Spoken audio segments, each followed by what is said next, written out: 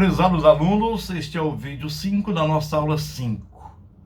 Portanto, estamos nos dirigindo para a conclusão da aula 5, que é um tema muito importante, que é o reino de Deus.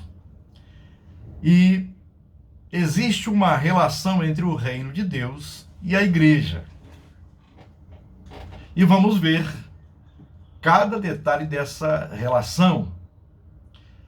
A igreja é, portanto, uma antecipação no espaço e no tempo do mundo futuro.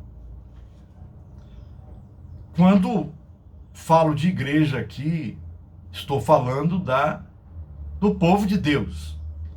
Não estou falando de uma denominação, de uma instituição, mas do povo de Deus espalhado por todos os lados, todos os cantos da terra. Então a igreja, portanto, é uma antecipação no espaço e no tempo do mundo futuro. A igreja é vista como, olha que interessante, a igreja é vista como o centro da soberania universal de Cristo. Ele é o Senhor da pequena comunidade que representa o seu ser como corpo na terra. Paulo chama de o corpo de Cristo. E assim exercerá sua soberania neste mundo. Então Deus governa um pequeno povo. Ele é o Senhor da pequena comunidade que representa o seu ser como corpo na terra. O reino dos santos, conceito que os escritores do Novo Testamento têm sobre a igreja e aos quais Deus concede a sua basileia, o seu reino, manifestada como dom do Espírito Santo. Segundo o apóstolo Paulo, já foi citado anteriormente, quem está em Cristo é nova criação, 2 Coríntios 5,17. E para quem está em Cristo, o reino de Deus tem um significado profundo por meio de Jesus. Os santos, que são os crentes em Cristo, têm a verdadeira vida por meio de Jesus. Reinarão na Zoe. Na vida do mundo vindouro, que Zoe é vida eterna, estarão com o Senhor para todo sempre. O reino no qual os cristãos participam se constitui uma atividade genuinamente incorporada e não um privilégio em que existem pessoas mais santas que outras. Todos participam, todos são separados, são santos.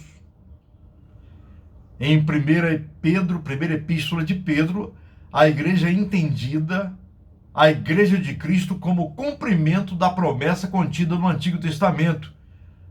Confira, por exemplo, Êxodo 19:6 e a primeira epístola de Pedro 2:9 e seguintes, versículos seguintes. O povo de Deus seria a Basileion Hierateuma, um reino de sacerdotes para Deus, para servir a Deus.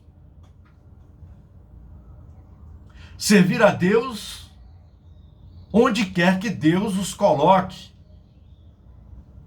porque foi Ele mesmo quem edificou o seu povo no Antigo Testamento e edificou a sua igreja no Novo Testamento. Lá no Antigo e no Novo. É importante observar que o reino tende à transformação da criação inteira em sua eterna glória, e a igreja deve ser vista e entendida no contexto desta intencionalidade divina. Portanto, qual é a missão da igreja? Não consiste em revelar ao longo dos séculos o plano escondido de Deus e conduzir a humanidade inteira para o seu destino definitivo? Fazendo esta pergunta, já estou respondendo. Então vamos ver alguns pontos fundamentais sobre o reino de Deus e a igreja que é preciso deixar bem claro, bem sedimentado, para não termos dúvidas. Primeiro, a igreja não é o reino de Deus na terra. A missão da igreja é servir ao reino, não a de tomar o seu lugar como na Idade Média. A igreja é a semente do reino de Deus na terra. A igreja é uma realização proléptica ou antecipada do plano de Deus. Isto é, proléptica quer dizer dinâmica para frente.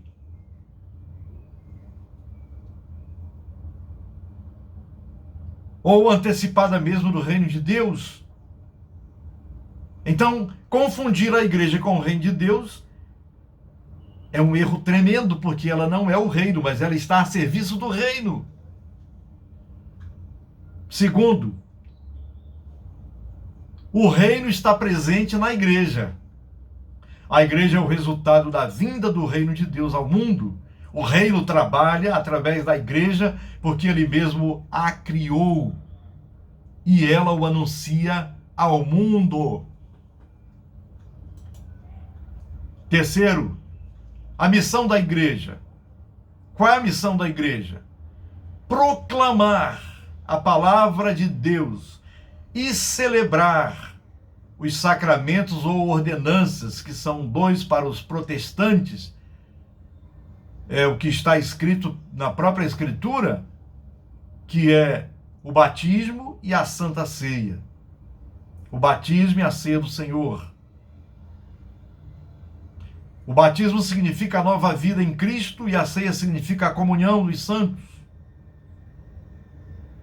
A memória de toda a obra maravilhosa de Jesus Cristo, que deu a sua vida por nós e ressuscitou para a nossa salvação. Portanto, a missão da igreja ainda é oferecer a própria vida como um exemplo do reino de Deus. A igreja deve corporizar o reino de Deus na terra. Ela é a missão de Deus na terra, ela é a própria missão de Deus na terra. E também desafiar a sociedade em seu conjunto a transformar-se em consonância com os princípios do reino de Deus, que são justiça, paz e amor. Se isto não estiver acontecendo, é o contrário, não é igreja, não é missão de Deus na terra. Em todo o tempo a igreja tem a missão de proclamar o reino de Deus na terra, no mundo. Jamais será confundir-se com o reino, mas considerar a base bíblico-teológica para uma ação mais concreta. Eu gosto muito do método de correlação adotado por Paul Tillich na sua introdução, que muito enriquece a igreja. Então, este método de correlação, ele serve não para que a igreja seja um fim em si mesma, mas que tem o objetivo de proclamar o querigma, a mensagem cristã na situação, que a situação é toda a existência humana com as suas configurações, e levar a situação, juntamente com o ser humano, a um encontro com a realidade última que Tillich chama de Deus, que é a realidade mais importante, e a partir daí o ser será o que deve ser a partir do encontro com Deus. É importante saber que o reino de Deus está acontecendo. É dinâmico. Não podemos crer somente numa escatologia já realizada ou naquela que se dará no futuro, mas na que está se realizando pela graça de Deus. O reino de Deus já é realidade empírica na igreja, no sentido de haver um prelúdio de uma colheita gloriosa, quer na dimensão religiosa, quer na dimensão política. As nossas comunidades não devem se transformar em clubes. nem em instituições herméticas, fechadas, mas proceder conforme o movimento dinâmico da vida comprometida com a Santíssima Trindade, verdadeiro modelo de comunidade.